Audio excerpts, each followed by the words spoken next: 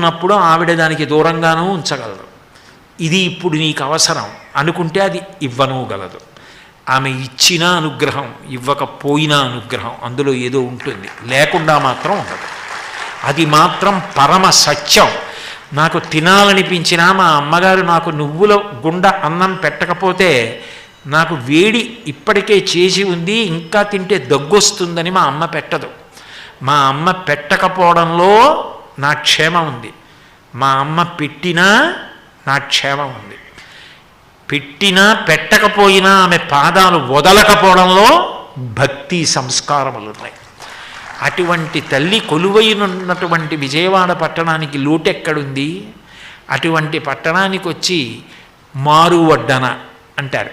ఒక్కసారి చెప్పి వెళ్ళిపోయామనుకోండి, ఇప్పుడు తల్లి వంకాయ కూర వండి పిల్లాడికి పెట్టింది అనుకోండి, వాడు తినేసి లేచిపోతున్నాడు అనుకోండి, ఎరా ఒక్క మాట తిన్నావు, కూర బాగులేదు.